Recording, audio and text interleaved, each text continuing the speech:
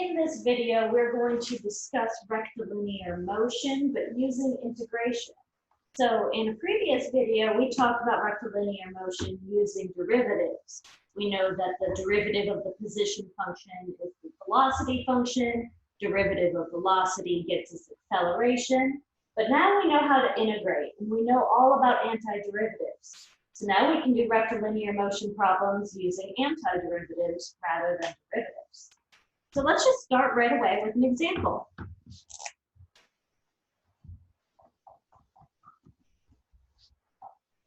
We have that a particle moves in a straight line.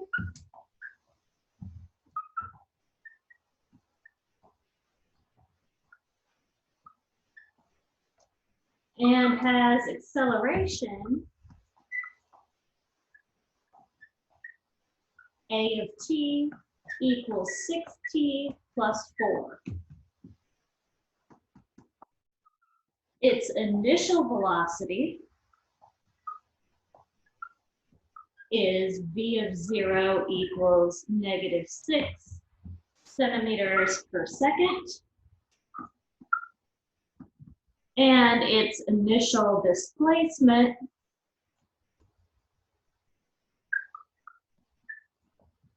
is s of 0 equals 9 centimeters.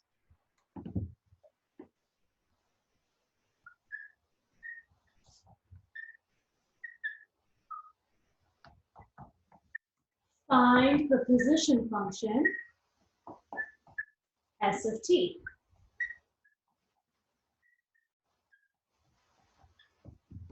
All right, so we are given the acceleration of this particle, and we're supposed to find the position function. Now, we know that acceleration is the second derivative of position. So if I do an antiderivative of acceleration, I should get my velocity, and then I can do an antiderivative of that to get my position. And that's the general idea of what we're going to do.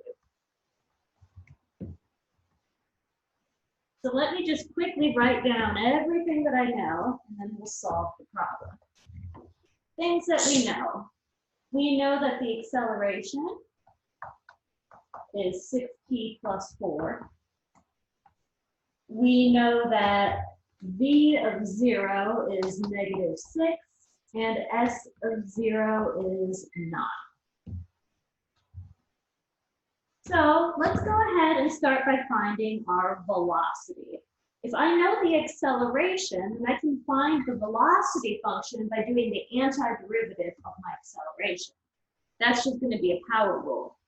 We're going to add 1 to the exponent of our t and divide by that new exponent. So instead of a 6 here, I'm going to have 6 divided by 2, which is 3. And then for that 4, the antiderivative of 4 is t. And since I'm just doing a general antiderivative here, I know I have some constant here. So that's my velocity function, 3t squared plus 4t plus some constant. But how do I figure out what the constant is? That's where v of 0 equals -6 comes in. If I plug in that information, I get -6 is equal to my velocity function when I plug in a 0.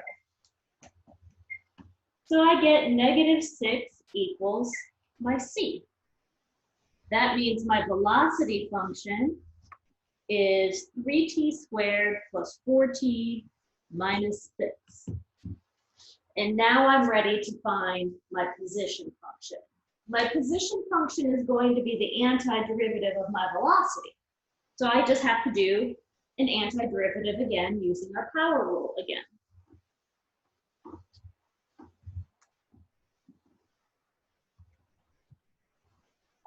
All right, so let me write down my velocity function that we just found.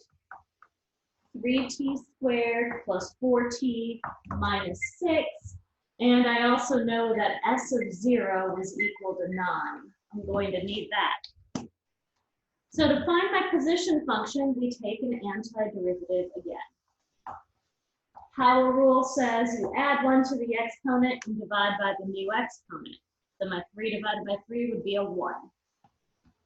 Then I add 1 to this exponent, and divide by that new exponent. 4 divided by 2 is 2. And for the minus 6, I just get to put a t next to it, minus 6t. And then don't forget we have some constant. To figure out that constant, we use the information that s with zeros plugged into it should be 9. And I get that my constant is 9. And so my position function is given by t to the third plus 2t squared minus 6t plus 9. And so now, instead of having a position function and finding the velocity and acceleration from that, I can be given an acceleration function and find both the velocity and the position, as long as I have enough information about initial values of these two properties so that I can figure out what my constants are. All right, let's do another example.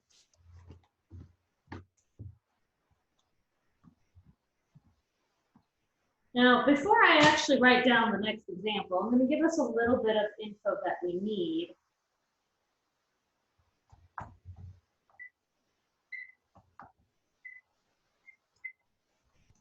Near the surface of Earth, we have gravity,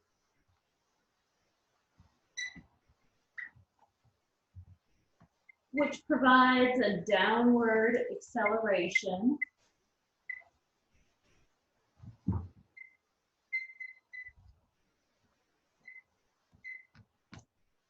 of g about 9.8 meters per second squared, or if I put it into feet per second squared, it's 32 feet per second squared. So on problems where we're going to need gravity, you're going to use either a 9.8 for the acceleration provided by gravity, or you're going to use a 32, depending on whether you're using meters or feet in your problem. So let us do our next example where we're going to need this gravitational force.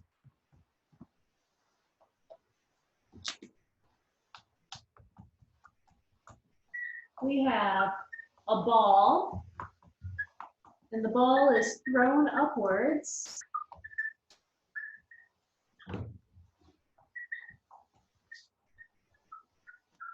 With a speed of 48 feet per second from the edge of the cliff.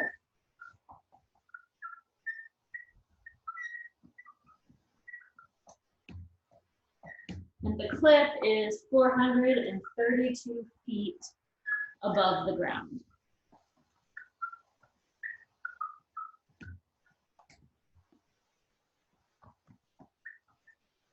Find the ball's height above the ground.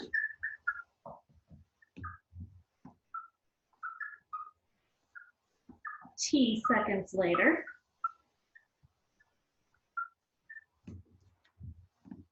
And then we want to know, when does it reach its maximum height? And when does it hit the ground?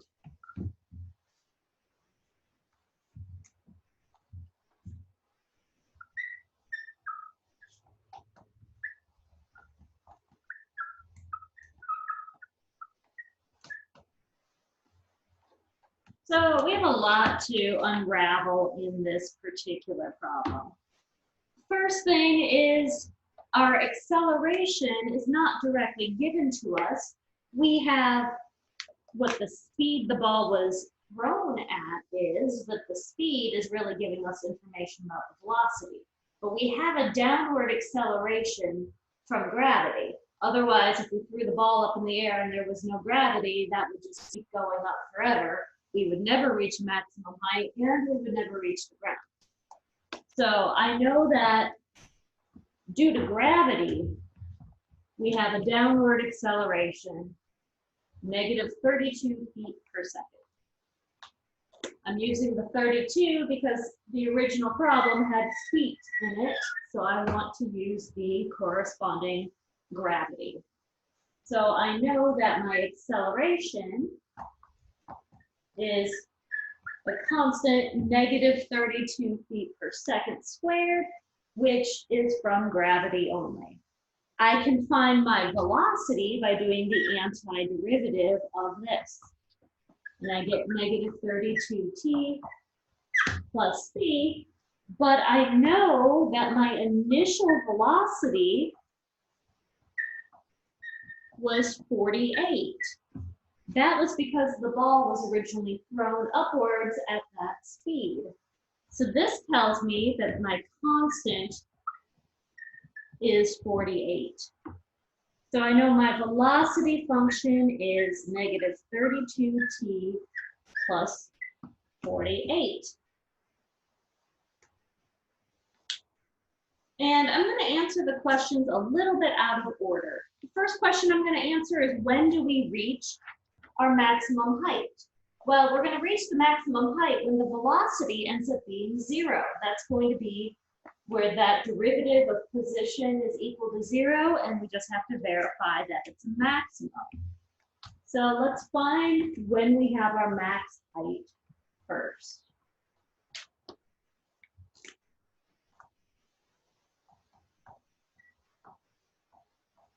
So to find when we have our maximum height, we have to solve our velocity equals 0 and verify that it does give us a maximum.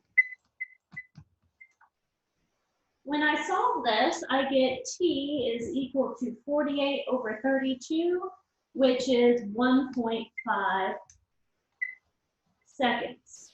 So we would think that that means the ball is going to reach its maximum height after 1.5 seconds, but we need to verify it's a maximum.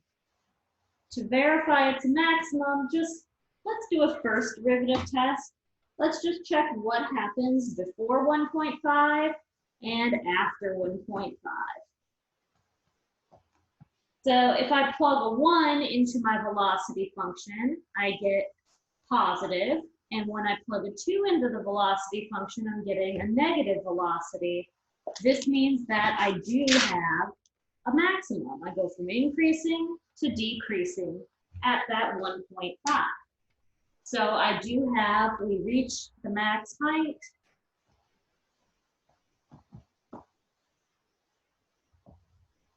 After 1.5 seconds.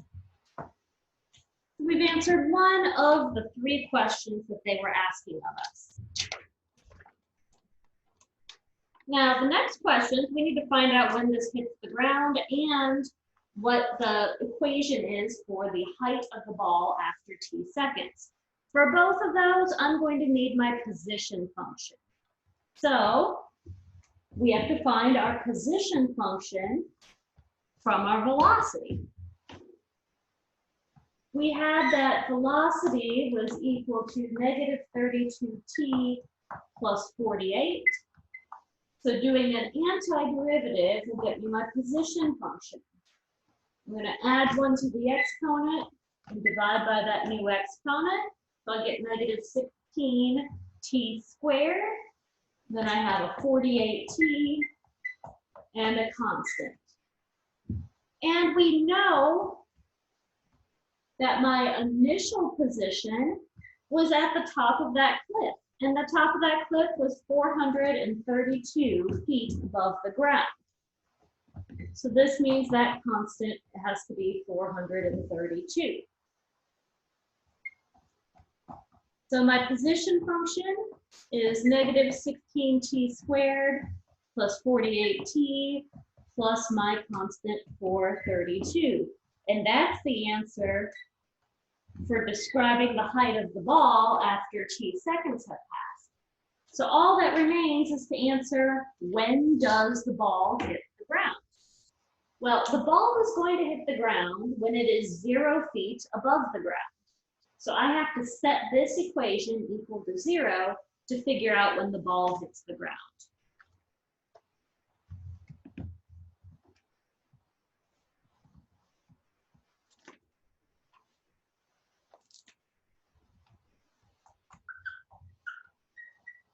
So the ball hits the ground when my position function is 0. So I have to solve negative 16t squared plus 48t plus 432 equals 0. And the first thing I'm going to do is I'm going to factor out a negative 16. I get negative 16 t squared minus 3t minus 27 equals 0. And now if we wanted to, we could attempt to factor this more, but I'm going to save us some struggle and tell us that no, this actually does not factor. So we're going to have to use the quadratic formula. So the quadratic formula says that t is going to be equal to my negative b plus or minus the square root b squared minus 4ac all over 2a. And when I simplify this, I get that my t is equal to 3 plus or minus 3 square root 13 all over 2. Now, if I look at 3 plus 3 root 13 over 2, that is approximately 6.9 seconds. And when I look at the other answer, 3 minus 3 root 13 over 2, I get about negative 3.9 seconds. So we can ignore that second answer because we don't have negative time and say that the ball hits the ground after about 6.9 seconds. All right. So those are some basic rectilinear motion problems using antiderivatives. We have some that are a little bit more complicated, but still not too bad. So I'm going to write down a theorem for us, and we're going to do an example using that theorem.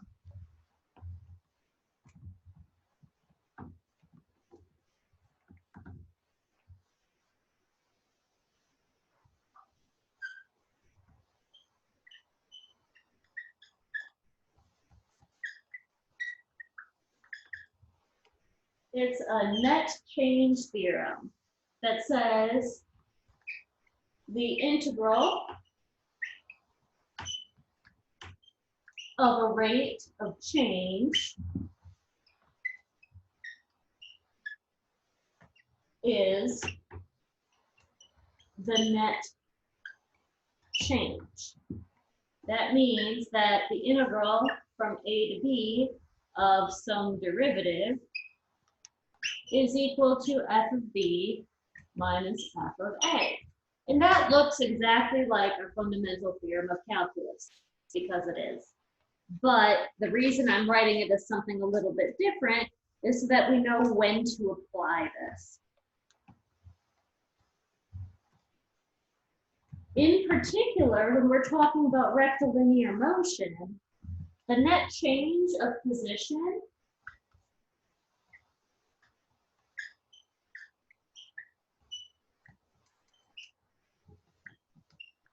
which is also called displacement,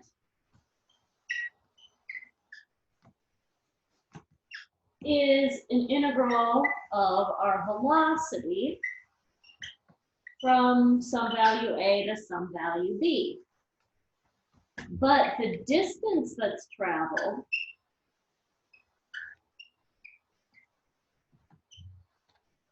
is the integral from a to b of the absolute value of velocity, our speed.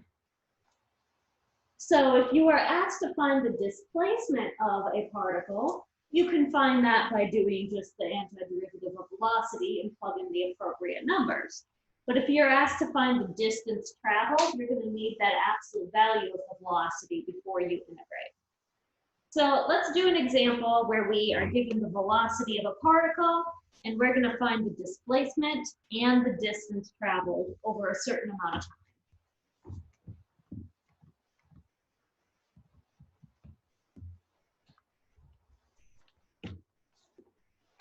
So example.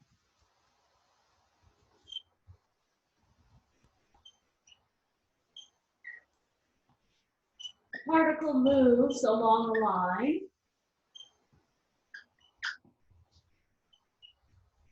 such that its velocity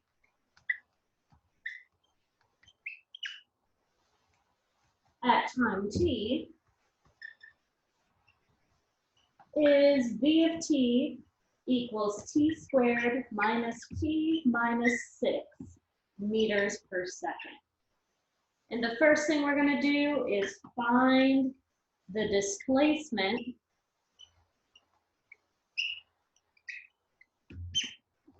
of the particle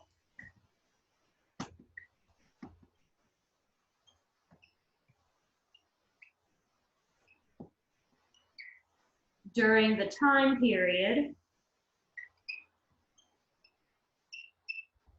between 1 and 4 seconds. So the displacement of the particle can be found just by taking the definite integral of our velocity function with bounds 1 and 4. So to find this displacement,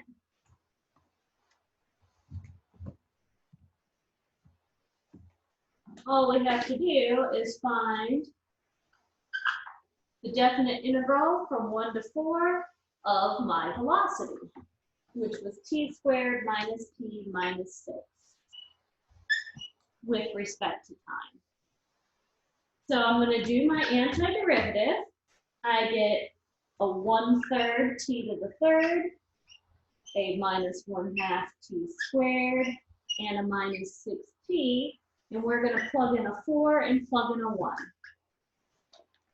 Once I do that, I will have what the displacement of this particle is over these time periods. So I plug in the 4 to get 1/3 times 4 to the third minus 1/2 times 4 squared minus 6 times 4. And then I'm going to plug in the 1.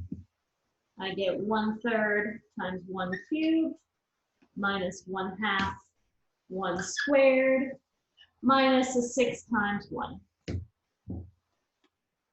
So now I just need to do some arithmetic to get the final answer. So I'm going to get 64 over 3 minus 16 over 2 minus 24, and then minus 1/3 plus 1/2 and plus 6. And then I just have to add and subtract all of these numbers together to figure out what the displacement is. So I'm just going to take it a step at a time. I'm going to combine the thirds together first. 64 thirds minus 1/3 is going to be 63 thirds. And I'm going to combine my halves together. I have negative 16 over 2 and positive 1 over 2. So that's negative 15 over 2. And then I'm going to combine the non-fractions together. Minus 24 and positive 6 gets me a minus 18. So I'm going to put those all together. And I get, this guy is 21. And I have a minus 15 over 2. And a minus 18, so that's going to be 3 minus 15 over 2.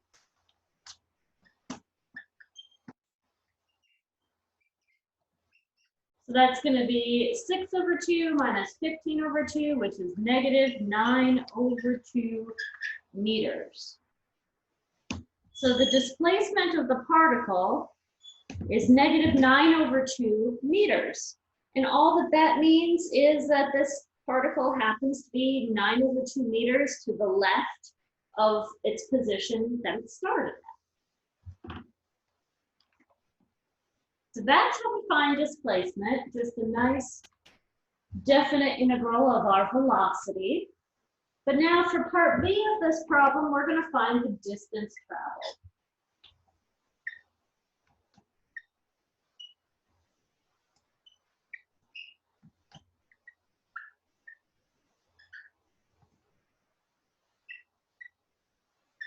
during that same time period, 1 to 4.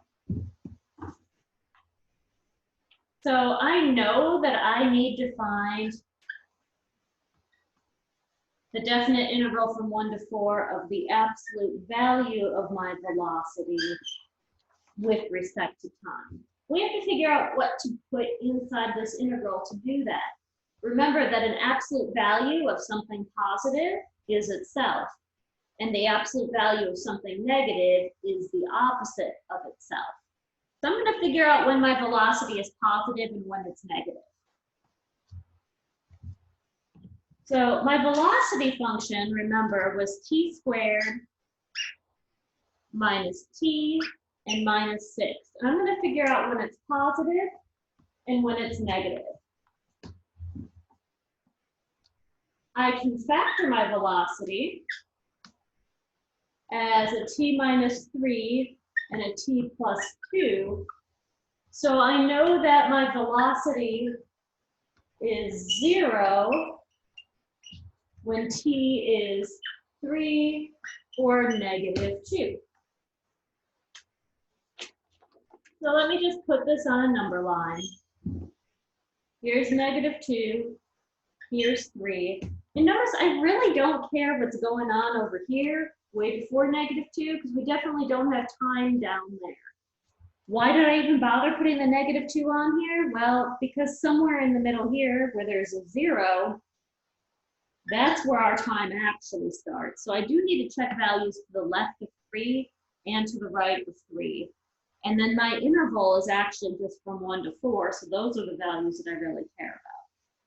So let me just check what happens when I plug in a 2 and what happens when I plug in a 4, just to figure out if my velocity is positive or negative. If I plug 2 into my velocity, I get negative times positive, and we have negative. And when I plug a 4 in, I get positive times positive is positive.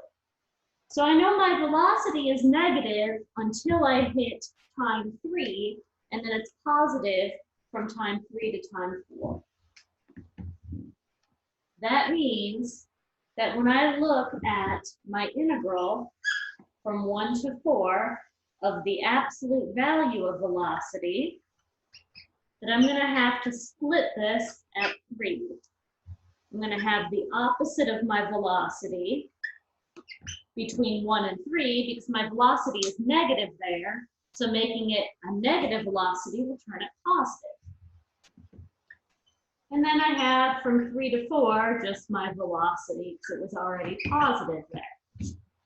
That's what I need to figure out in order to find my distance traveled. So I have to find 2 different integrals. Integral from 1 to 3 of my negative velocity, so that's going to be negative t squared plus t plus 6. And I need to find integral from 3 to 4 of just velocity. So I'm going to do this one first. If I evaluate this definite integral, I'm going to have a negative 1/3 t to the third plus 1/2 t squared plus 6t evaluated at 3 and at 1.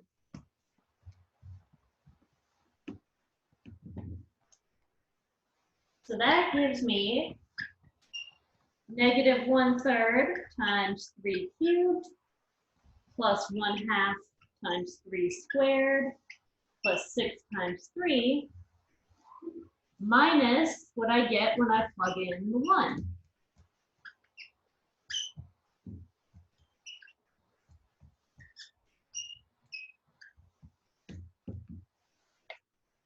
So now if I simplify this guy, calculate it all the way out, well, what I'm going to get is a negative 9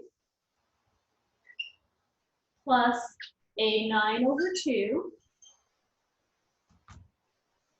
plus 18.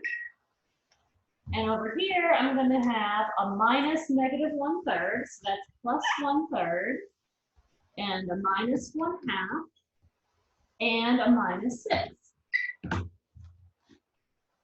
So let's see what we get when we put this stuff together.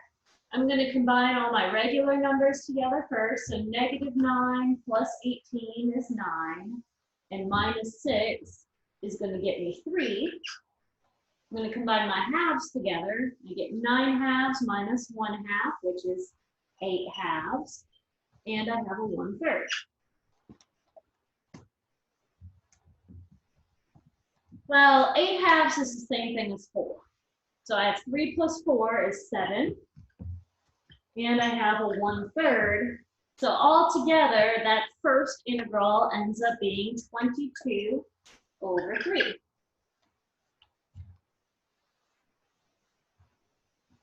Now I also need to find my integral from 3 to 4 of my velocity, which was t² minus t minus 6 dt. Once I find that result, my final answer is going to be this guy, 22/3, plus the result from the other guy. So I don't forget it, I'm going to write this 22/3 down here and come back to it after I finish my other definite integral.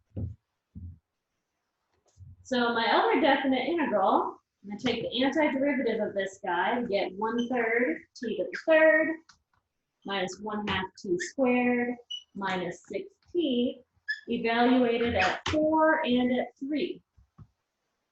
So I get 1/3 4 to the third minus 1/2 4² minus 6 times 4. And then I'm going to subtract what I get when I plug in the 3.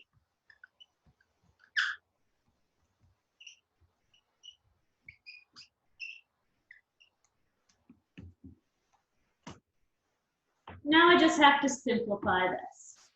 So I'm going to get 64/3 minus 16/2 minus 24 minus 9 plus 9/2 and a plus 18. And again, I'm just going to combine together all the numbers that make it easiest to work with first. So let me combine all of my numbers that are not fractions first. So I'm still going to have my 64/3. I guess I'll go ahead and combine my halves. I have -16/2 plus 9/2. So that ends up being a -7/2. And then I have a -24 and a -9 and a plus 18. So I have -24 plus 18 would be -6, and I have another -9, so this should be -15. So now I just need to combine these guys together. And I also have this guy at the very end. So let's see here. Well, it's not going to be pretty no matter how we do it. So let me go ahead and just combine these guys together. I'm going to use 6 to do this. So it's going to be 128/6 minus a 21/6 minus 15 times 6 is 90/6. So I have to combine those guys together to get, let's see here, I have 107/6 minus 90/6,